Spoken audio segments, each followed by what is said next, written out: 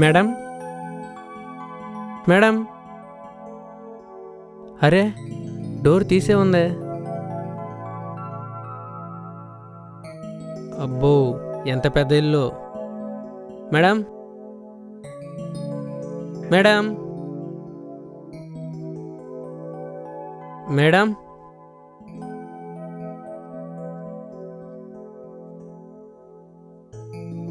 Madam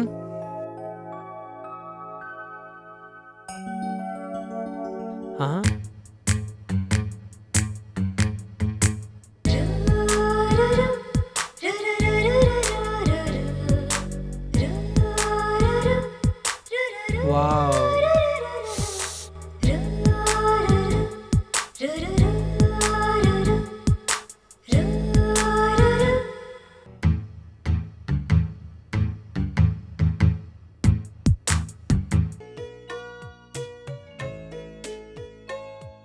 ఎవరు బాబు నువ్వు? Madam నేను ఆటో డ్రైవర్ని. ఆటోలో బ్యాగ్ మర్చిపోయారు, ఇది ఇచ్చి వెళ్దామని. చాలా థ్యాంక్స్ అండి. ఈ బ్యాగ్లో 2 lakhs ఉన్నాయి. తీసుకొచ్చి ఇచ్చినందుకు థ్యాంక్స్ అండి. ఈ 1000 రూపాయలు తీసుకోండి. వద్దు మేడం, నేను డబ్బు కోసం కాదు.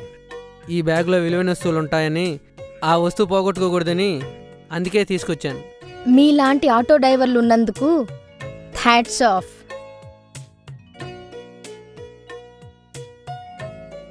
ఛీ, ఆమెను చూడగానే ఇంత నీచమైన ఆలోచన ఎందుకు వచ్చింది? మంచి పేరు తెచ్చుకోవాలి కానీ ఇలాంటి ఆలోచనలతో చెడు మార్గం వద్దు. మంచిగా ఉంటే ఏదైనా సాధించవచ్చు.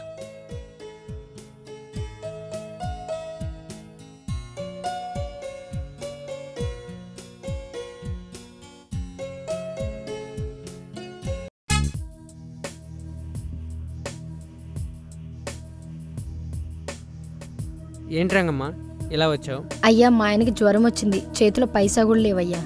హాస్పిటల్కి తీసుకువెళ్ళాలి. ఎలాగైనా పెద్ద మనసు చేసుకొని డబ్బులు ఇవ్వండి అయ్యా. కావాలంటే నెల జీతంలో కట్ చేసుకోండి అయ్యా. అయ్యో, సమయానికి అమ్మగారు కూడా లేరే. సాయంత్రమే ఊరెళ్ళింది. అయినా మొన్నగా నువ్వు జీతం తీసుకున్నావు. పిల్లల ఫీజులు కట్టేశానయ్యా. బయట వాతావరణం కూల్గా ఉంది, నా బాడీలో టెంపరేచర్ హీట్గా ఉంది. టైంకే వచ్చింది. అయ్యా, కొంచెం త్వరగా ఇవ్వండి అయ్యా. కంగారుగా ఉందయ్యా.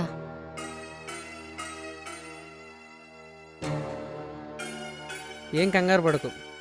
ఎంత కావాలి? ఒక 2000 ఉంటే ఇవ్వండి అయ్యా. వెళ్తానయ్యా. అసలు విషయానికి వస్తాను రంగమ్మ, నువ్వు చాలా బాగుంటావు రంగమ్మ. ఎప్పటి నుంచో ట్రై చేస్తున్నాను, కానీ అన్నిటికీ మావిడ అడ్డంగా ఉంది. ఆ సమయం నన్ను వెతుక్కుంటూ ఈరోజు వచ్చింది. ఏమంటావు? అయ్యా, ఇప్పుడు నువ్వు ఒప్పుకున్నావు అనుకో, నీకు కావాల్సిన క్యాష్ ఇస్తాను. మీ ఆయన్ని హాస్పిటల్ తీసుకెళ్ళచ్చు, నిన్ను చాలా బాగా చూసుకుంటాను.